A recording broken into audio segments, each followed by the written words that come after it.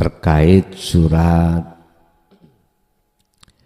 Toha ayat 5 dan 6 atau surat Al-An'am ya, surat Ali Imran ayat 191.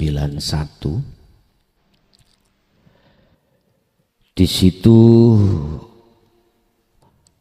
Allah memberikan satu pepeling atau seruan, yang seruan itu juga telah dilaksanakan oleh beliau-beliau guru-guru akhirat kita sampai dumugi Kanjeng Nabi, sampai dumugi para rasul sebelum Kanjeng Nabi sampai Nabiullah Adam. Di situ mengapa harus kita asah terus terkait masalah al-dzikru bisiril asrar. Kita yang sudah memahami jalan tentang ilmu menuju dan bertemu Allah, tinggal kita itu bagaimana terus menerus fastaqamu, mengasah terus dzikir tersebut, sehingga apa yang menjadi tujuan kita fitrah mulai awal terbukanya satu hidayah dalam hati kita untuk mengikuti akhlak Rasulullah secara kafah, secara sempurna, itu estu sudah terjadi saat ketika di dunia. Sebelum kita meninggalkan dunia ini, supaya betul-betul ruhaniyah jenengan kali kula niku sudah berakhlak ilahiyah yang mengikuti akhlak baginda Nabi Muhammad sallallahu alaihi wasallam. Alladzina ya wong akeh sing wis padha mengikuti Kanjeng Rasul secara kafah, iku yadhkuruna, selalu podo ngutamaake zikire Allah ing Allah. Niki sing sampun paham bagaimana cara untuk berkholwat berzikir, untuk menuju takarrub, bertemu, musyahadah pada Allah. Jadi posisi kita itu sudah paham bagaimana kita untuk pertama takarrub,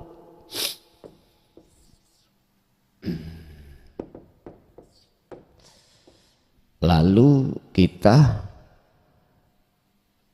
musyahadah.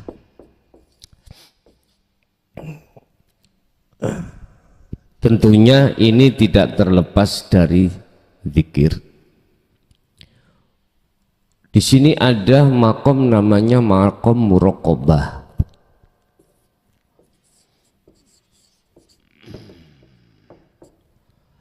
Makom di mana kita ditekankan untuk mendekat pada Allah, padahal Allah sudah dekat.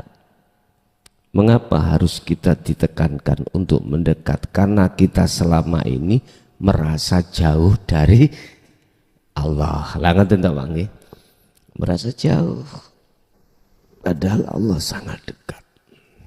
Fa'ainama tuwallu fathamma wajhullah. Di mana kau menghadap, di depanmu itu ada wajah Allah, sangat dekat. Lah, mengapa harus diistiqomahkan? Mengapa harus diasah zikir untuk bisa takarrub dan akhirnya bisa bertemu Allah di dalam maqam musyahadah. Mengapa itu harus dilakukan? Bapak Ibu, prinsip Allah mengatakan barang siapa yang memang ruhaniyahnya mendekat untuk bertemu aku, maka akan kupisahkan ruhaniyah itu dari penghalang-penghalang. Apa yang dimaksud penghalang? Hubbus syahwah. Jadi secara otomatis hati jenengan, ruhaniyah jenengan akan dijauhkan Allah dari kesenangan dunia. Maka jangan heran kalau sudah masuk di dalam wilayah zikir sirul asrar jenengan untuk takarub dan bertemu Allah, cara ekonomi jenengan tambah seret. Jangan heran. Jangan heran. Apakah harus selamanya begitu? Nyun sewu pun salah paham. Allah memisahkan ruhaniyah terhadap kesenangan dunia itu bisa jadi tidak hanya secara batiniah saja, akan tapi juga secara zahiri. Akhirnya jenengan asalnya ekonominya itu 50, monsrot menjadi 20, bisa jadi. Mengapa demikian? Dan juga bisa jadi jenengan 50 akan dilipat gandakan menjadi 250. Loh, secara fisik loh Pak ya. Nek secara ruhaniyah pasti Allah memisahkan. Ini manakala jenengan kalih kula melakukan apa yang telah dilakukan oleh tabi'ina sholihin zaman samangke. Kalau zaman dulu adalah para rasul dan selanjutnya ruhaniyah. Sehingga di dalam surah Ali Imran ayat 191 tadi Allah katakan golongan-golongan tabi'in as-sholihin itu selalu yadhkurunallaha, selalu dia itu mengutamakan, memfungsikan zikirnya pada Allah. Sing dimaksud zikir di sini adalah zikir yang bisa menghantarkan, menembus ruhaniyah jenengan datang ares. Bahasa surat Toha ayat 5 dan 6 itu di situ. Kalau pertanyaan di manakah Allah? Jawabannya di dalam surat itu beliau bersemayam di ares. Di manakah ares itu? Di atas langit. Tapi ini kinayah.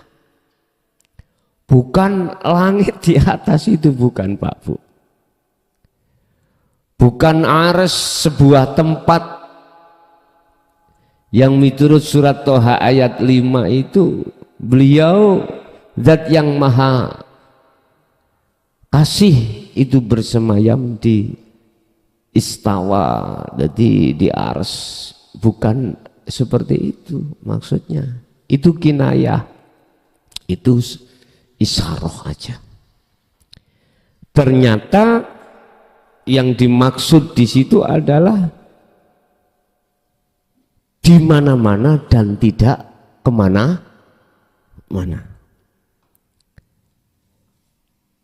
Dalam bahasa surat apa itu Al-Hadid itu kalau disampaikan ya di awal, di akhir, di zahir, di batin. Bahkan kalau dalam surat Al-Baqarah dikatakan, yes dimanapun kau menghadap, Di depanmu itu ada wajah Allah. Bapak Ibu, zikir yang dimaksud untuk kita asah adalah zikir yang bisa menghantarkan ruhaniyah jenengan itu muraqabah, takarub dan bertemu Allah. Itu zikir yang mana? Ternyata itulah yang dimaksud yang keluar dari tauhid la ilaha illa anta subhanaka inni kuntu minadz zalimin. Anta, jadi anta itu depan, dekat sudah, lebih dekat daripada huwa. Nah, ini berarti inilah yang kumaksud adzikru bisiril asraf. Zikir bila suarin wa kalamin wa lafdin. Zikir yang tanpa ngucap, tanpa lafaz, tanpa kalam. Sering saya sampaikan hal ini. Di dalam zikir tersebut ada 3 pos.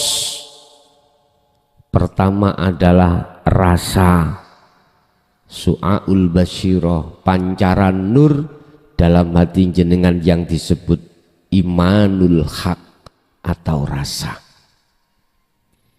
Iman yang benar adalah iman yang sudah tidak lagi beriman selain Allah dalam hal aspek apapun. Contoh, sapa sing ngaji kuwi muncule bimbingan-bimbingan ikut tekondi. Lah kok ada iman dari si A? Nah ini berarti iman kita, tauhid kita belum murni. Lah yang dimaksud imanul haq, wajah ruhaniyah jenengan itu adalah iman yang sudah tidak lagi munculnya perkara apapun termasuk bimbingan itu datangnya dari Allah. Allahu khalaqakum wa ma ta'malun. Yang pertama, syariat ini gampang. Allah itu menciptakan kau sekalian, semua paham. Tapi yang kedua hakikatnya, ayat berikutnya wa ma ta'malun. Ini biasanya kalau ngaji dilewati aja, nggak diterangkan. Padahal wa ma ta'malun di situ adalah segala apa yang timbul dalam dirimu datangnya dari Allah, atau timbul pada orang lain itu datangnya dari hadis. Rasulullah mengatakan, ini ayat dikuatkan dengan satu hadis Sahih Bukhari, la haula wala quwata illa billah. Kita makhluk, semua makhluk itu sifatnya aslinya adalah tidak punya daya upaya apapun. Lagi Bapak, la haula, tidak punya daya upaya apapun dalam melihat, berbicara, mendengar, apapun lah. Nggak ada, nggak punya, nggak bisa, nggak punya hak. Makhluk itu bisa bicara, bisa melihat, bisa mendengar dan lain sebagainya. Wala quwata, atau kekuatan yang berhubungan dengan apapun, nggak punya hak. Tapi bila mana semuanya itu muncul dalam diri makhluk, iku semata-mata illa bil. Jelas Pak nggih? Kita sering baca itu. Cuman hati untuk menghantarkan pada Allah bertemu, banyak yang tidak mengerti. Akhirnya kita baca aja, tapi untuk meresapi, menghayati sekaligus mengamalkan rohaniah kita, itu jarang yang mau. Memang tidak banyak yang tidak mengerti. Semuanya paham kalau makhluk itu yang menciptakan adalah Allah. Cuman wa ma ta'malun, hati ada seakan-akan ada penutup, Pak. Ada hijab, ada penghalang untuk mengatakan semua apa yang timbul dalam diriku itu datangnya dari Allah. Untuk masuk di situ loh, seakan-akan ada penghalang. Akhirnya jatuhnya kita itu mesti ngaku. Ini yang terjadi di tengah lapangan seperti itu. Mengapa demikian ya? Akhirnya ketika saat penghalang itu masih ada bersemayam di dalam hati kita, jangan harap kita akan bisa untuk masuk di dalam takarrub, bahkan bertemu Allah. Mboten saged, tidak bisa. Makanya tabi'in ketika dia mempertahankan bahkan mengasah dari zikir yang menghantarkan bisa sampai pada takarrub dan bertemu Allah, qiyamau wa qu'udan wa ala junubihim. Ali Imran 191 di situ. Beliau itu selalu mengutamakan zikir ketika dia berdiri, ketika dia duduk, ketika dia berbaring. Entah berdirinya itu karena apa? Apakah karena sholat syariat ini? Apakah berdirinya itu karena dia itu berjalan? Atau pokoknya berdiri? Dikala saat beliau itu berdiri atau dia duduk, beliau duduk bahkan berbaring, beliau selalu mengutamakan zikirnya. Berarti sing dimaksud zikir di sini adalah sadar, eling, teringat bahwasanya apa yang timbul di dalam diri kita atau di luar diri kita semata-mata itu yang berperan adalah Allah.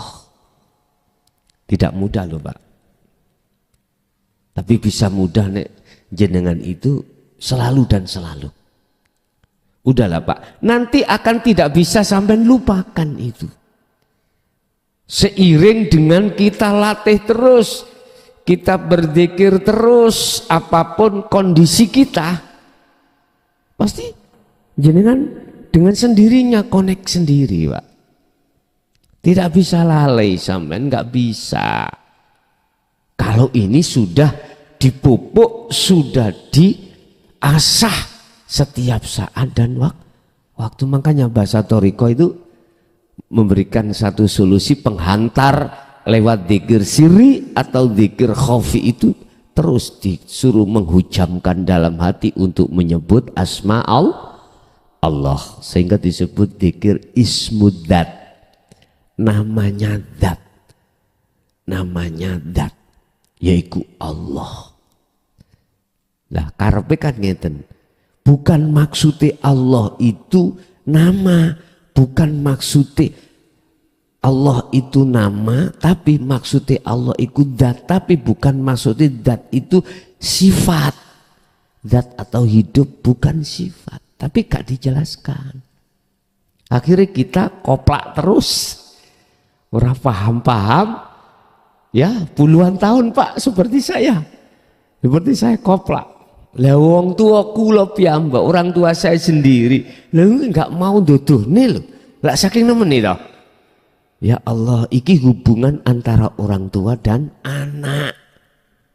Makanya Allah katakan, innaka sak temeni sira Muhammad iku la tahdi ala man ahbabta. Muhammad, sesungguhnya kau itu tidak akan pernah bisa, niki langsung Rasulullah loh Pak ya, memberikan petunjuk terhadap orang yang paling dekat sekalipun. orang dekat padamu sekalipun. Berarti orang yang dicintai. Berarti Rasulullah nggak bisa. Apalagi kita sebagai yang jauh lah gitu Bang ya. Siapa sih orang dekat Rasulullah itu? Termasuk garwanipun, putranipun, sahabat khalifah itu orang dekat. Kita kan jauh Pak. Yang dekat saya tidak bisa, apalagi yang artinya gimana? Gini. Walakinnallaha yahdi may yasha. Ini penegasan tauhid murni. Akan tetapi yang memberikan hidayah, petunjuk, pembimbingan itu adalah Allah. Man ing wong yasha kang ngersake sapa Allah ing man, berarti orang yang digendaki oleh Allah. Walaupun lewat lesan Muhammad, itu bukan maksudnya Muhammad makhluk itu bisa memberikan hidayah, tetapi munculnya semua dari beliau Rasulullah itu semata-mata dari Allah. Jelas Pak nggih? Lah, zikir untuk bisa mencapai di wilayah tersebut hanyalah sirul asror pun titik. Walaupun saya carinya itu mendapatkannya, Masya Allah nggak bisa aku bercerita, akhirnya jatuhnya pada generasi saya, wajib Allah menyuruh untuk menyampaikan dengan terang-terangan.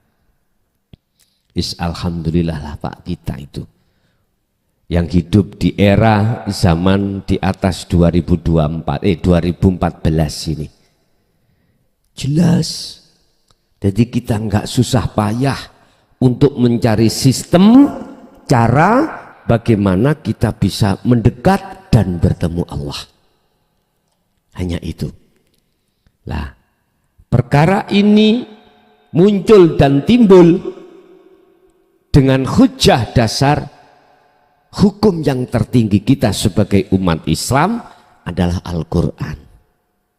Akhirnya bisa diterima, walaupun tidak mayoritas umat manusia bisa diterima. Kalau pakai sistem kejawen Pak, ya langsung dilibas sudah. Di situ ada istilah guru sejati, ya. Ada istilah bahasa syahadat roh, syahadat tunggal, nih. Nah, Islam syariat gak mengenal itu, mengenalnya cuman syahadataini, asyhadu an la ilaha illallah wa asyhadu anna Muhammadar Rasulullah. Ya wis, Allah saking murahnya Pak, mempermudah kita yang di era ini bisa menerima dengan gamblang bagaimana cara kita untuk kembali mendekat dan sekaligus bertemu Allah. Lah, jadi miturut surat Ali Imran 191 tadi Pak, kita ikuti beliau-beliau. Tabi'ina sholihin kita ikuti. Karena beliau tidak hanya dikala waktu berdiri, dikala waktu duduk, dikala waktu berbaring, selalu dia itu berzikir hatinya. Urusan siri sampean sertakan monggo. Sing terpenting adalah kunci untuk merapat, mendekat dan bertemu Allah. Tandanya nanti adalah dengan sendirinya hati sampai ada koneksi bahwasanya apa yang timbul dan muncul dalam diri kita datangnya dari Allah. Jadi intinya tidak ada pengakuan dari diri kita. Inilah Pak yang dimaksud nafsu itu di sini, sebetulnya sumbernya ada di sini.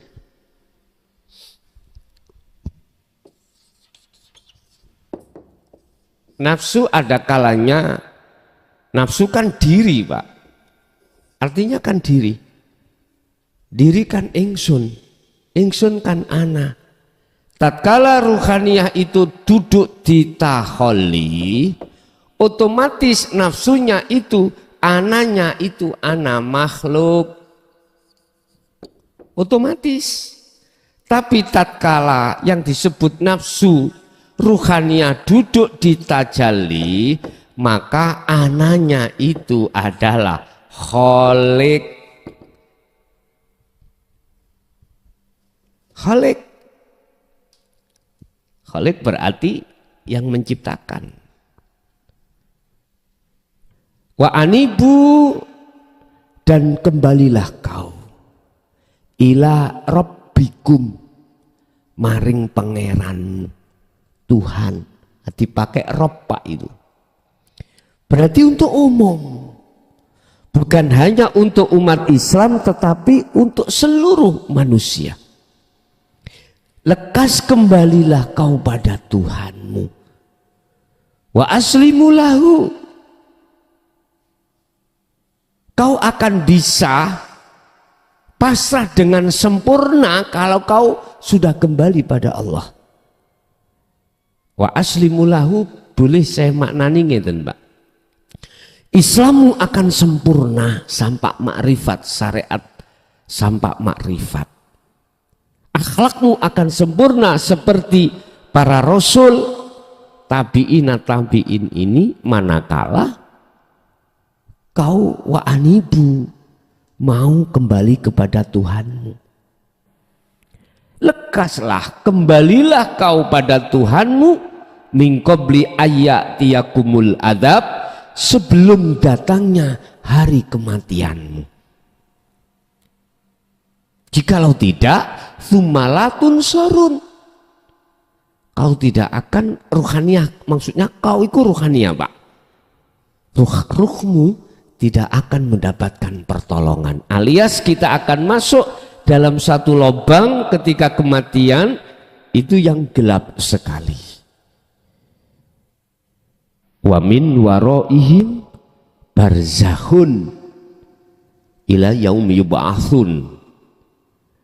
Inilah yang kita kenal sebagai alam barzah, gelap. Summalatun sorun, adalah nafi di situ, Pak. Kau tidak akan pernah mendapatkan pertolongan dari Allah. Akhirnya alam yang kita masuki ruhaniyah ini sama gelapnya alam di dunia. Ruh di dunia tergelapkan dengan penghalang-penghalang itu. Inilah yang disebut barzah, dinding yang amat tebal. Tatkala di dunia belum jenengan robohkan, maka berkelanjutan masuk di alam barzah pun akan begitu. Tapi jikalau jenengan mafhum mukhalafah dari ayat itu, kebalikan arti. Jikalau kau estu betul-betul ngestoake seruan Allah,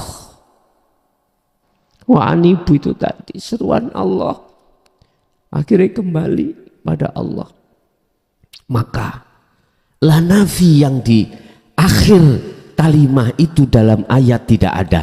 Akhirnya summa tunsorun, kau pasti akan mendapatkan pertolongan dari Allah. Ruhaniyah itu dibimbing oleh Allah untuk kembali kalbarki, kata Rasul, seperti kilat, karena memang nggak gelap, padang. Dia yang pertama tadi kegelapan, nggak bisa keluar dari alam tersebut, nggak bisa keluar. Hatta sampai kapan? Ila yaumi yub'atsun. Secara syariat akan menunggu sampai hari dibangkitkan dia dari kubur, bahasa syariat. Nah, sekarang ayo kita itu bagaimana lekas dibangkitkan Allah ruhaniyah ini dari kegelapan di dunia ini. Kata Rasul, jikalau kau menginginkan seperti itu, fattabi'uni, ikuti aku. Ali Imran 31, ikuti aku. Berarti bagaimana? Ya kita harus mengikuti akhlak Rasulullah secara kafah.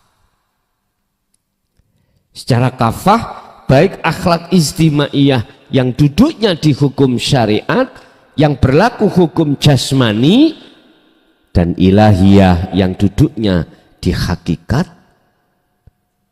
yang mendidik rohaniyah. Jadi lengkap, syariat dan hakikat. Lengkap sudah. Jikalau kau memang betul-betul mengikuti aku, mohon maaf loh Pak ya. Selalu kita bertanya, hujahnya ada tentang ilahiyah, akhlak ilahiyah, tentang hakikat. Di dalam Al-Quran kita nggak usah melihat hadis, cukup Al-Quran pun banyak Allah mengatakan tentang hal itu. La ilaha illallah sudah ada, la ilaha illallah wa anta wa ana sudah. Tinggal kita mencari surat apa, ayat keberapa, semuanya apa yang kukatakan tadi ada di Al-Quran. Terakhir adalah ana. Ini puncak inti daripada semua wahyu Allah. Wa ma arsalna min qablika mir rasulin ilaihi annahu la ilaha illa ana. Aku tidak akan mengutus kau Muhammad dan utusan sebelum kau kecuali harus mengemban dan mengajarkan tentang maksud daripada la ilaha illa ana. Tidak ada Tuhan yang wajib disembah kecuali aku. Nah ini. Nah ketika sudah masuk di wilayah ini Bapak Ibu, bagaimana yang terjadi? Rasulullah hampir dibunuh, ya. Terus Nabi Ibrahim sudah dibakar. Siapa? Sayyidina Ali. Terjadi tak? Terjadi. Akhirnya para kekasih Allah, tabi'ina solihin, setelah zaman beliau khalifah Sayyidina Ali diamankan. Bentuk pengamanannya itu adalah tidak diperbolehkan disampaikan di tengah umum. Bentuk Allah mengamankan ajaran ini dan para utusannya ditidakadakan pembahasan la ilaha illa anta, termasuk khususnya anak, di tengah umum. Adanya itu di tengah khusus, itu pun masih ada jarak. Sehingga kita dulu yang bapak-bapak yang sepuh-sepuh yang menangi masa itu, beliau-beliau masyayikh kita mengatakan tentang kinayahnya. Tidak disampaikan secara gamblang. Itu bentuk Allah menutupi, mengamankan ajaran ini. Sehingga sampailah pada tahun 2014, berarti 2014, diterangkan dari sumber dari satu ayat, walladzi arsala rasulahu bil huda wa dinil haq liyudhhirahu 'ala dini kullih walau karihal musyrikun walau karihal kafirun dan lain sebagainya. Walaupun dicaci, Muhammad, walaupun kau dicaci umatmu, ini kembali kepada zaman Rasulullah. Walaupun kau dicaci oleh umatmu, sampaikan. Walau karihal kafirun, walaupun di tengah-tengah umum orang yang ingkar, sampaikan. Udah. Jadi tidak hanya secara umum majelis-majelis seperti ini, akan tapi secara umum di medsos Pak, sudah banyak yang membahas. Akhirnya muncullah, mohon maaf loh ya, sing apa namanya backgroundnya dulu dari ilmu sejati, kejawen, nang medsos aman, berani. Dulu ayo, wes diberangus Anda. Nah ini. Terus pertanyaan saya, mengapa Allah membuka pintu lebar tentang surga, tentang rahmat yang berkenaan dengan satu ayat, wa ma arsalnaka illa rahmatan lil alamin. Aku tidak akan mengutus kaum Muhammad di dunia ini kecuali membawa rahmat. Ini zaman era Rasulullah terulang kembali. Ada apa? Terus banyak spekulasi jawabannya. Ada yang mengatakan, ini zamannya sudah akhir. Zamannya akhir. Wis berbagai macam jawaban. Cuman pertanyaannya, mengapa Allah sudah buka lagi? Asbabun nuzul. Kalau boleh saya katakan, setiap ayat yang diturunkan oleh Allah itu mesti ada asbabun nuzulnya. Sebab-sebab mengapa itu diturunkan. Logikanya saya bicara ngeten, Pak. Mengapa bapak ibu kita menyuruh untuk mengambil sapu, menyapu rumah? Mengapa sebab? Sampai saya akan jawab sendiri toh. Disitulah. Karena umat manusia ini, khususnya saya katakan umat Islam, ruhaniyahnya dari mulai fase paling bawah, tingkatan paling bawah sampai paling atas, ruhaniyahnya itu rusak. Artinya kotor, teringgapi syirik khafi, tapi nggak sadar. Akhirnya turunlah satu ayat, dialah Allah yang mengutus utusannya untuk membawa petunjuk wa dinil haq, dan agama yang mendidik tentang esa, tentang ketauhidan, tentang untuk mengesakan Tuhan, yang maksud dan tujuannya liyudhirahu ala dini kulli, untuk mensucikan agama ruhaniyah kita yang selama ini mengikuti walladzina kafaru awliya'uhumut tauhid. Al-Baqarah 257 pasal 2. Kita itu mengikuti nafsu kita, Pak. Nafsu menggiring kita untuk beriman terhadap selain Allah. Contoh,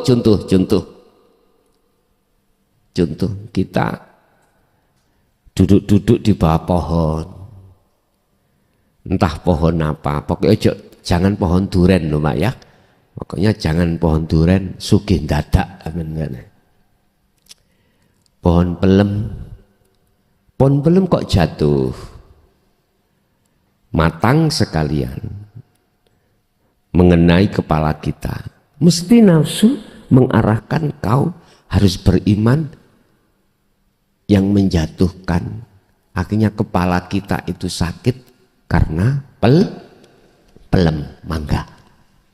Apalagi mangga itu ada yang nyawat, atos pisan. Akhirnya jatuhnya lemparan batu itu mengenai batuk kita. Nafsu mengatakan, imano yang melempar si A. Lah gitu Pak nggih? Apa yang terjadi? Setelah nafsu-nafsiyah menggiring iman kita pada makhluk, nafsu amarah metu, misuh-misuh, nuntut dan lain sebagainya. Padahal sudah dikatakan Allahu khalaqakum wa ma ta'malun. Padahal dikatakan hadisnya la haula wala quwata illa billah. Ada di surat apa? Bukan kau yang melempar, tetapi yang melempar adalah Allah. Oleh karena ruhaniyah kita itu masih kotor, nggak bisa Pak beriman pada Allah, terhalang oleh nafsu itu. terhalang lewat makhluk itu. Lah inilah oleh karena keadaan ruhaniyah kita, imannya itu masih terlalu kotor, akhirnya Allah turunkan ayat wa anibu ila rabbikum, lekas baliyo awakmu nang Allah. Berarti perintah itu posisi kita dalam keadaan jauh dari Allah. Lah kalau toh memang bil huda wa dinil haq, tujuannya adalah untuk mensucikan ruhaniyah kita dari syirik khafi. Terus yang kita hadapi itu kaum-kaum yang berkarakter seperti itu bagaimana? Walau karihal musyrikun, Muhammad, walaupun kau dibenci, jangan sampai kau tidak menjelaskan. Akhirnya dijelaskan apa? Dijelaskan. Tapi resikonya seperti itu, Pak. Udah, itu sudah berlalu. Sekarang jenengan yang sudah menerima dinu tauhid dan sudah paham bagaimana caranya untuk kita takarrub dan kembali kepada Allah, kunci sudah Anda pegang hanya satu, ikutilah Ali Imran tadi 191. Ikuti beliau-beliau. Alladzina yadhkurunallaha qiyaman wa qu'udan wa ala junubihim. Situasi kondisi apapun kita, beliau itu selalu mengutamakan zikirnya. Ingat kesadaran hati, semuanya yang beraf'al adalah Allah. Tidak cukup di situ, Pak. Wa yadhkuru wa yatadzakkaruna fi khalqis samawati wal ard. Beliau selalu bertafakur. Apa yang diciptakan Allah baik di langit maupun di bumi, beliau selalu bertafakur. Tafakur itu angan-angan, Pak. Dengan begitu jenengan akan mengerti ilmu hikmahnya. Apa ilmu hikmahnya? Maksud daripada Allah menciptakan A, B, C, D. Itu jenengan dikasih Allah tahu. Inilah yang kumaksud, yang tertuang hikmah itu di dalam Al-Quranul Qadim.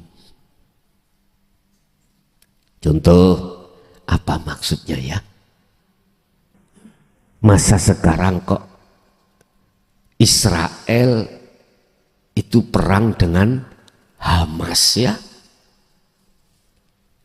Tidak hanya Hamas.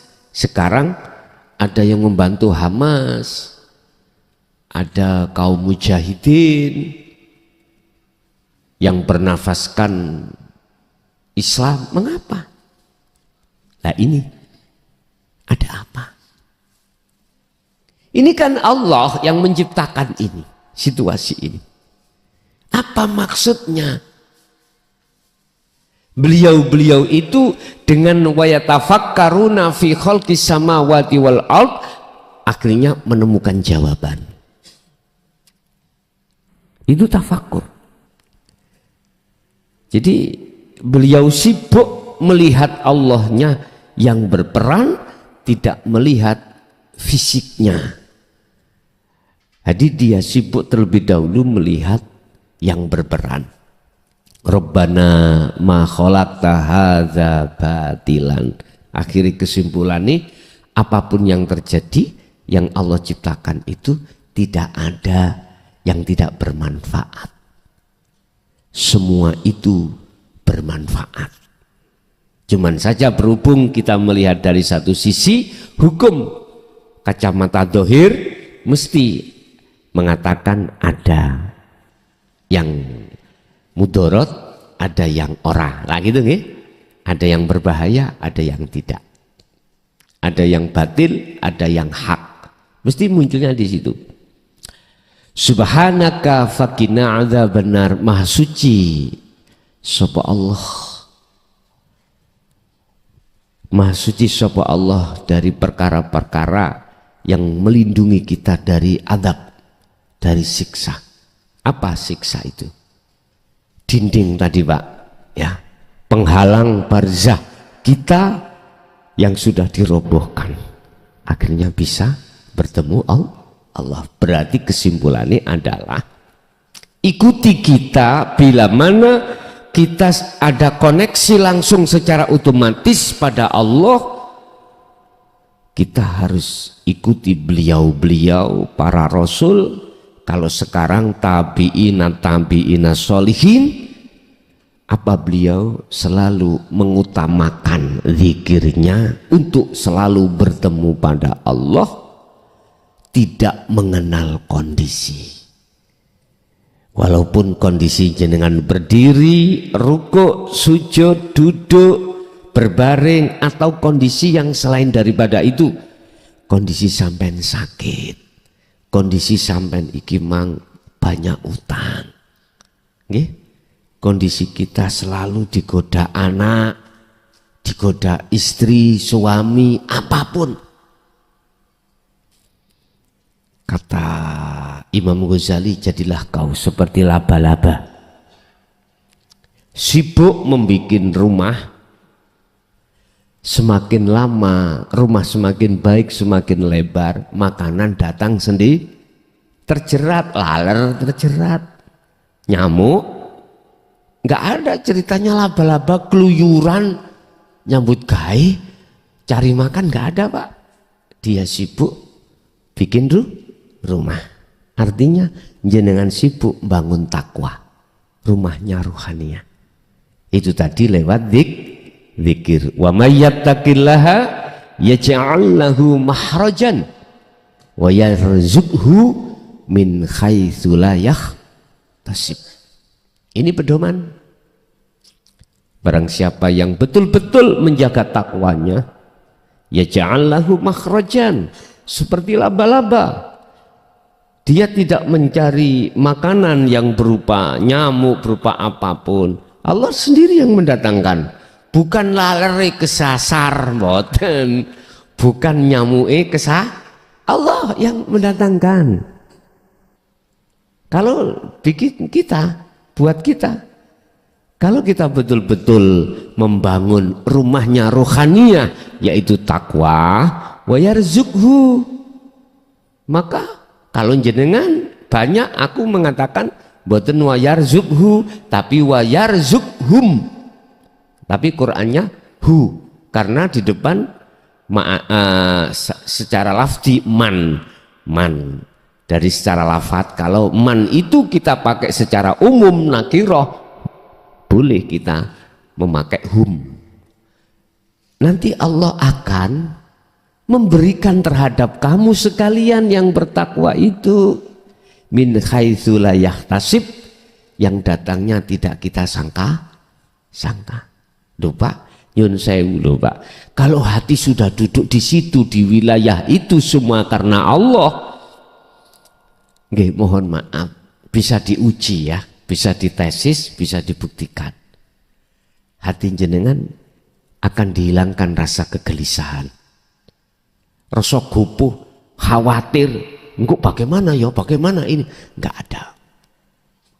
Itu kalau betul-betul kita itu duduk di wilayah itu. Bisa ini dibuktikan Pak, dari agama manapun silakan ya. Kalau hatimu betul-betul sudah yakin semua karena Tuhanmu, bukan karena kau, maka disitulah letaknya kita akan mendapatkan satu ketentraman dalam kehidupan ini. Ala bidzikrillahi tatmainnul qulub. Ini ingatlah, hanya berzikir itu yang menjadikan hatimu tentram. Ketentraman itu akan muncul manakala jenengan ini ada upaya untuk takarrub, mendekat dan bertemu Allah. Ya caranya begitu tadi.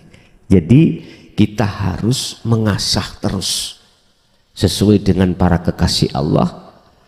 Kita kan sudah tahu caranya kita untuk takarrub, mendekat dan bertemu Allah. Kita kan tahu bagaimana caranya kita untuk membersihkan sirik-sirik di dalam rohaninya. Udah.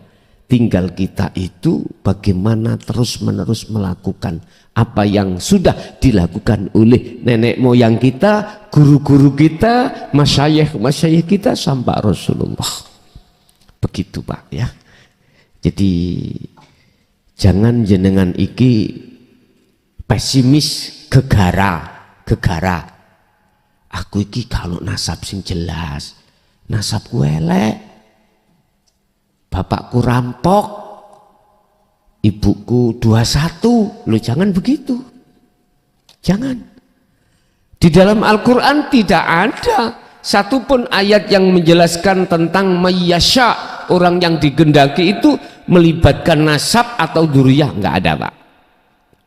Hanya man yasha. Siapa man yasha itu? Ternyata dijawab di dalam surah Az-Zumar ayat 18, alladzina yastami'unal qaula wa yattabi'una ahsanahu. Nah ini gitu. Dialah yang sudah mendengarkan wejangan Rasulullah. Ya, kalau dulu berarti para sahabat Pak ya. Kalau kita sekarang era tabi'in. Dialah mereka yang mendengarkan ajaran-ajaran yang pernah disampaikan Rasulullah di jalur dinu tauhid wa yattabi'una ahsanah, dan dia ikuti. Berarti amalkan. Ini tadi kita selalu mengamalkan zikir tadi untuk mencapai kesempurnaan dalam kemakrifatan bertemu pada Allah di sini. Walaupun beliau sudah bertemu Allah, tetap dia itu menjaga zikirnya untuk memperluas musyahadahnya yang tadinya difana lalu dikamil lalu terakhir di baqo. Itulah makom jam'i. Bapak Ibu hadirin jamaah rahimakumullah, enggak ketemu sak rong wulan koyo suwi ngono nggih. Es tu tak rasakno ning beton iki kok suwi yo lho. Nggih, kan kebegal 1 bulan to Pak niki. Nah, kebegal 1 bulan nggih. Nggih tos pundi melih Pak. Ya. Yang penting kita itu tetap eksis hati kita mengikuti para utusan-utusan Allah untuk menjalankan zikir tersebut. Oke Bapak Ibu, itu mungkin apa yang bisa kami sampaikan kesempatan malam hari ini.